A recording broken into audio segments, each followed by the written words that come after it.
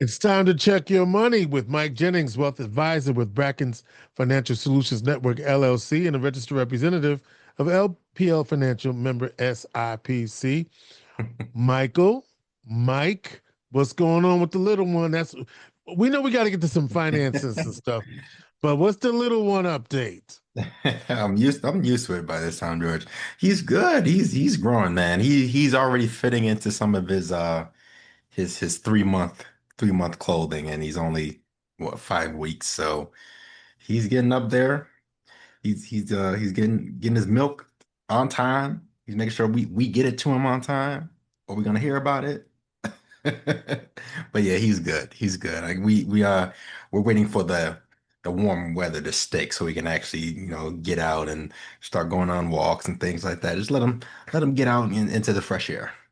Yeah. Now, what's his name again? Cassiel. Cassiel. That's right, Cassiel. Wonderful. Well, we wish him and mom well, and Hmm. and and and you too. Oh, thanks. I appreciate it. Thank you. Yeah, yeah. This week, George, I thought it would be a good time to take a breather from our reporting on, everything we're talking about, the war and Iran and everything. As we've spoken about, I don't believe that to be a situation that we will see a resolution with Hmm. anytime soon. Hmm. So we'll go on to something else. But just to update some of the people out there quickly, this week the Federal Reserve did make a decision to hold the interest rates steady in order to counteract the current oil shock that we're experiencing. So that is still a major effect happening around the world currently. So that's just a quick update. Right, right, right. On, on a more positive note, I think I wanted to switch and sort of focus back on the local side of things here in Central New York, and give an update on something that I think it's been a while since we thoroughly discussed on this here show. Um, Now, George, I don't know if you remember, but a few years ago, back Yes. in October 2022, there was a certain company that made a promise to Central New York that, for a lot of people, sounded too good to be true. Yeah. Could we started asking, could we really be on the verge of Right. the largest private investment in New York State history? Are we Could really we? going to see the largest semiconductor mega fab in the United States, right up 81, right up on the highway? And well, you can check the comment section of any local news article about Micron in the last 3 or so years to see how people felt about it without filter. Hmm. I Oh yeah. think I think skepticism is almost too soft a word to describe some people's sentiments. But Hmm. I believe that the outlook of today should tell a very different story from the outlook back then and over the last few years. But back then, right, again, in 2022, Micron Technologies announces plans to invest up to $100 billion in four semiconductor fabs in Clay, New York, which for some of you out there, that's 20 minutes north of Syracuse. Um, to be built over the next 20 plus years, 20 years, which would undoubtedly be a once in a generation moment for a region that has suffered manufacturing jobs leaving for decades. And in very quick succession, Micron secured support at the local, city, and county, state, federal level, including up to 6.4 billion in the CHIPS Act direct funding and up to 5.5 billion in New York State green chips incentives. And I've said this in conversations that I have with people just over these years. But I really don't think people understand how rare that is, like to see that Yeah. level of capital stacking for public investment. That's not Hey, your, before you go ahead. go ahead. No, you go ahead. I was gonna I say was that's not trying your to. regular uh average run-of-the-mill occurrence. All right, now let me pause you right there. Just make sure you that number you said in the beginning. Can you repeat that number? Just want to make sure we got that number right. 100 billion. Is that the one? Thank you. Yeah. Just want to make sure I heard it right because I might not have heard it right. So I just want to make sure you reiterated what you said and what I Hmm. thought I heard, but I want to make sure that's what Yeah, I heard. yes. Yep. 100 billion. With Okay. With a a B. B. Okay. B. Okay. Yeah, that's right. Um, uh, Again, that level of support is that's far and few between. Like it's your a lot of projects you could name, right? Um, and the physical scope is also unheard of. With the build out expected to require up to 4,200 workers on site daily during the peak periods of phase developments and the construction, the phases going all the way out to 2045. Each fab will cover 1.2 million square feet. And that's including 600,000 square feet of clean room space. And I gotta tell you, I drove by recently, it was like a couple weeks ago, and this is like really the first time driving down the Route 31, or To down see that where this specific is going to ever be. ever since everything right. And that's my first time actually seeing this area that we're talking about. And I promise you, driving down this road, I think it took like 3 or 4, maybe 5 minutes to actually drive from one end to the other. And that's not like city speed limit. That's like 45, 50, whatever the speed limit is on that road out there. That's a long time to be driving by something. I think some of you are driving right now listening to this, right? You drive past something and it's like, oh, there it is, and Couple there of it went. 30 seconds, right? Couple of, So, yeah. if that, if that, Right, you might right, see right, somebody right. That's you might right. see 30 somebody you think seconds you would be a long recognize. time. You might see Right. somebody you think you recognize on the sidewalk, and it's like you get a quick glance, and And, next and thing you you're know, saying they're this was a all. I'm 5 minute talking thing. 3, 4, 5 minutes. I'm driving, and this thing is it's huge. This site that we're talking about. Um, so I mean that put it in perspective for me. But of course, the skepticism wasn't completely unwarranted, right? The timeline for groundbreaking and beginning construction, it seemed to keep slipping away with every Right. update. Micron shifted some of its federal funding back to its headquarters in Boise, Idaho. There were environmental concerns and studies that had to be undertaken, and what happens is going to happen to the swamps here, what's going to happen to the bats and the trees. And just in general, there's a skilled labor shortage in this country that's still growing, as well as all the complexities and high construction materials and supply chain issues.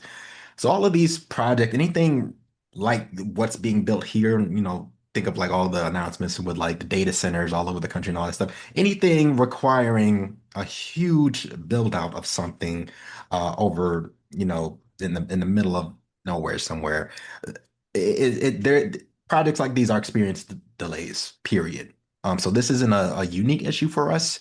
Um, but our local politicians and state officials, they never walked back any of their optimism. And after all of that, they finally broke ground in January of this year, a couple months ago. So, while there were and still are many different moving parts to this whole thing, I think one of the most important things to focus on is the actual outlook for Micron Technologies, right? And today, literally today, Micron is more than just what they were known for since they began, which is memory, right? They started in the Mhm. 1971s. They're known as the memory chip people, DRAM. Um, that's that signifier, what they're known for. That profile is a lot bigger today, specifically today. They have become one of the most prominent companies situated right in the AI boom that we've been talking about, that we discussed Mm. before. And at really the forefront of that and forefront of business in general in America right now is NVIDIA, which is the largest company in the world by market cap. Um, they are NVIDIA. They're putting out all sorts of new cutting edge stuff, and they just had something this week with a new gaming graphics processing AI something that they're putting over top of stuff. They got a lot going on.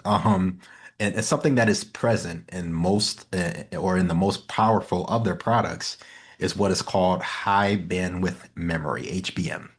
And Micron is or has become a key supplier of that for NVIDIA and for other companies, anybody really working in the AI space. They're the third largest of really only three suppliers, right? And they're actually just about equal with the number two supplier, which is Samsung. Actually, back in September, most recent September, they actually overtook Samsung in market share for supplying HBM. And then Samsung kind of doubled back and beat them out again. But they're really neck and neck as far as being second or third place as far as the largest suppliers.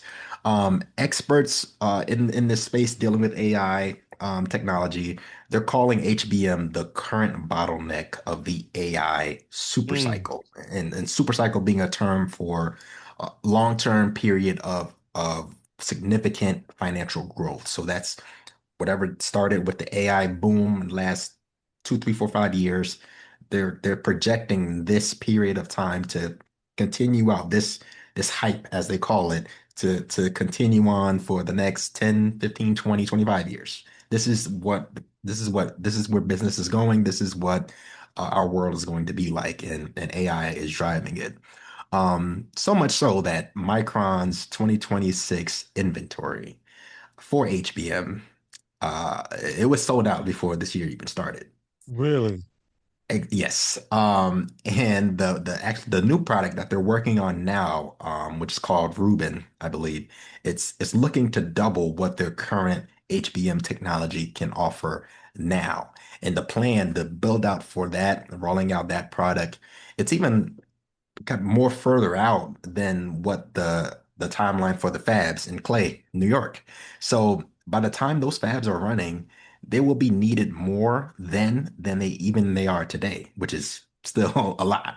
Um, Micron's financials are stronger than they have ever been. They released their earnings the same day that we're recording this episode, showing that they have made. Actually, I want you to guess how much money do you think Micron has made in the last year, fiscal year 2025? This is not after taxes. This is before This is revenue, taxes. exactly. Just pure sales. Uh 30 billion? You were closer than I thought, but you still undersold it a bit. They made Oh, 37.48 billion last year, fiscal year 2025. wow. Does that sound like a lot, Mm. George? That's a lot of money. That's a lot of money. That is a lot of money. And if you're like George, if you think that is a lot of money to make in a year, then come closer. Lean into the speakers and let me tell you something else, right? In fiscal year 2026, this year, Micron has made 13.64 billion in the first quarter, which is First more quarter. than first quarter, more than a third of all that they made in 2025. This is This gross quarter, revenue. Yeah. this quarter, second quarter, Micron has made 23.86 billion, which is almost double the first quarter, and basically, again, two-thirds of all the revenue of last year. And to top it off, they are forecasting for the third quarter of this year to make 33.5 billion, which is almost the entirety of what they made all of last year in just the third quarter. Just in the third quarter. Just in the Driven third. in part by this new technology. Driven in part that the fact that this technology, this high bandwidth memory, so what it is, it's called stacked. It's a stacked component. So it's like take a memory card and you put it on top of another memory card. You put it on top of a memory card, and I promise this is a very complex thing. It's very more high level than I can explain right here. But what it does, it enables um, the the other components of AI, the memory that it needs. It basically increases the um, the bandwidth, the ability to call memory at will to power these very powerful technologies um, by using less components and by using less power as well. So basically, it makes whatever it goes into more powerful. That's Mm. that's that's as Make a long story short. layman's terms as I can put it. I don't Come even know on, if you I did a good said that job. I think right. that's it. Actually, you did a pretty good job. So yeah, that's where all their money is coming from. And again, there's really only three companies that are supplying this for NVIDIA and for other companies that are seeking this.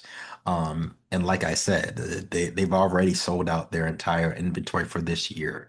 So the companies looking for that are going to be starving for the next year, which means that Micron has pretty much secured its place for the next however many years. Yeah. Just another point. There's another point, right? If you bought Micron stock the week after their announcement to build in Central New York, you would have bought their stock, their shares at around $54, $55 per share. 54, $55 a share. Okay. Drum roll, Tho- please. Those shares, at the time of this recording, they closed today at $461.73. So that would be multiplying your investment from in October 2022 by over 8.5 times. Mm. That's a lot.